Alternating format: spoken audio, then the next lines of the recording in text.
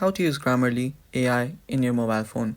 Now, if you don't have the app, just go to your Play Store or your App Store, search for Grammarly, and then install it. This is it right here.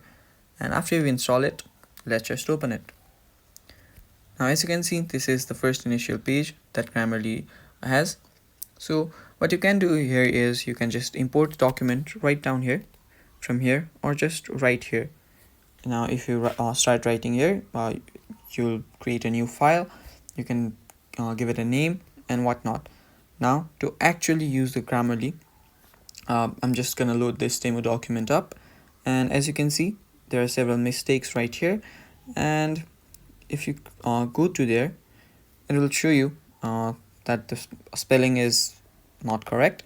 You can just accept this.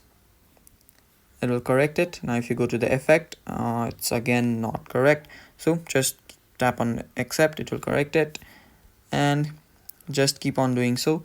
This is how it works. Let's just go back and create a new document. Now if I'm gonna write something, I need to change it to Grammarly keyboard, and after I've done so, I'm just gonna keep typing. The cake was very tasty. As you can see, I have my spelling mistakes right here.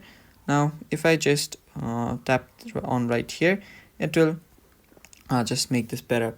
I mean, just fix the problem.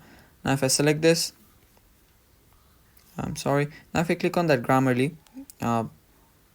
icon, it will take me to this. Now it says premium suggestion. Now if you have a premium account, you can do several other activities too from Grammarly. So let's just go back to our keyboard. If I go to A, I have different fonts here right here. So that is how you use Grammarly, guys. Thanks for watching.